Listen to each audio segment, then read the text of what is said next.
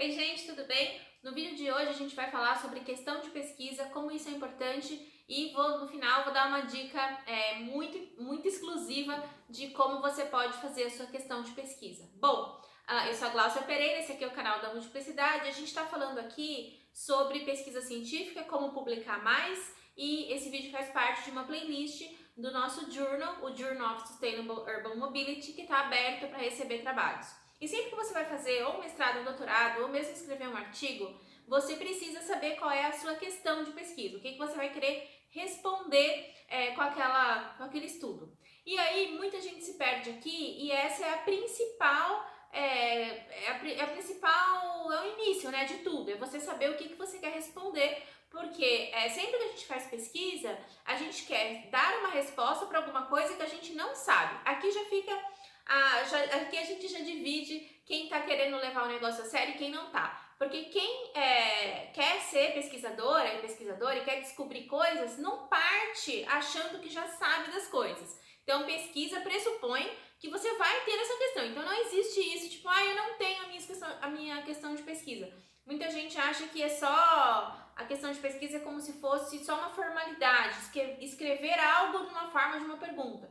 Não é o que você realmente quer receber, é o que você quer responder e o que você não sabe, tá bom? Então, qualquer pessoa que tenta fazer uma pesquisa achando que já sabe a resposta, provavelmente vai chegar num método fraco ou numa resposta ruim, pouco robusta, e não vai saber se o que chegou é porque a pessoa enviesou o resultado ou é porque é aquilo mesmo. Então, primeira coisa é saber disso. Bom, também a gente precisa saber que na mobilidade urbana a gente tem gente de muitas áreas, mas tem pouca gente com, de fato, formação científica, tá? A gente está vendo, né, nesse mundo que a gente está discutindo agora na pandemia, que pouca gente de fato tem formação científica, apesar de muita gente apoiar de fato a ciência. Mas, e ter formação científica, estudar a metodologia da ciência, quais são as escolas e pensamentos que fazem de fato a ciência, é pouca gente que fez alguma graduação ligada a isso. Vocês sabem, eu sou física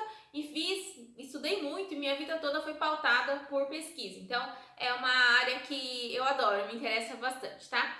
E aí, como as pessoas não têm muita formação estrutural mesmo, né, de ciência, elas acabam chegando em dois tipos de pergunta que são muito comuns, tanto na área de arquitetura quanto na área de engenharia, que são perguntas que a gente chama perguntas de valor. A gente, quando eu digo, eu estou usando uma referência aqui do Antônio Gil, de um livro que chama Como Elaborar Projetos de Pesquisa, tá? Que é um livro que eu sempre referencio. São questões de valor, ou seja, são questões que a pessoa fica assim, o que é melhor? Investir nisso ou naquilo? Mas sem uma métrica, sem de fato pensar em como isso vai ser medido. E aí o que acontece?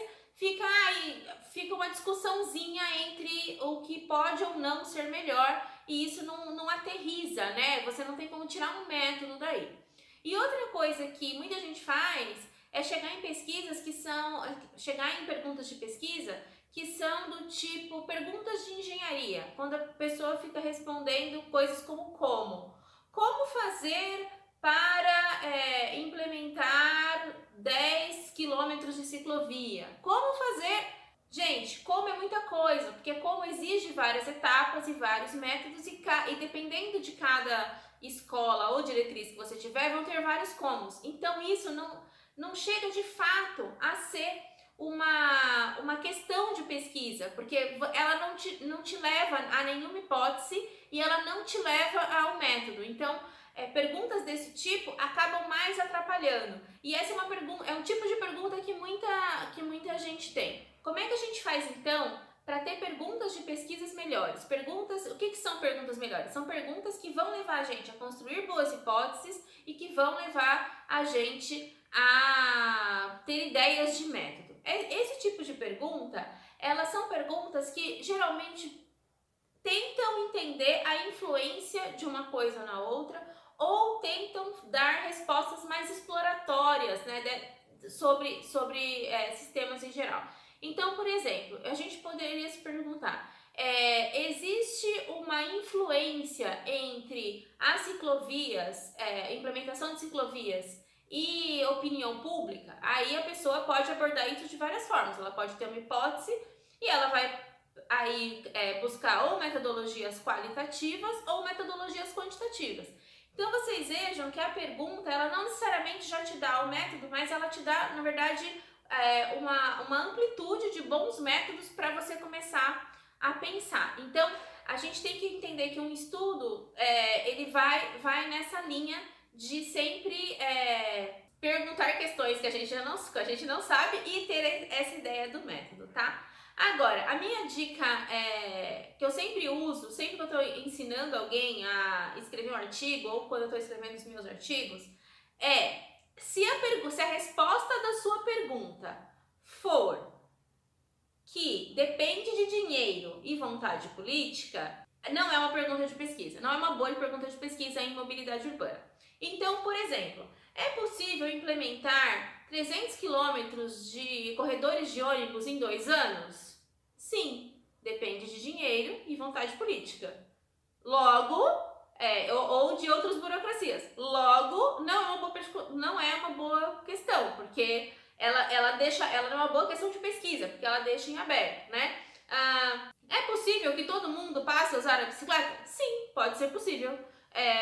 Dependendo de uma vontade política e de outras coisas. Então, assim, sempre que as suas respostas forem ligadas a depende de alguém fazer e se tiver dinheiro dá para fazer, não é uma pergunta legítima científica, tá? Porque você não vai conseguir de fato provar isso. Agora, você pode olhar as coisas por um outro modo, tipo, quais são os fatores que podem melhor influenciar na adoção da política de ônibus em X anos.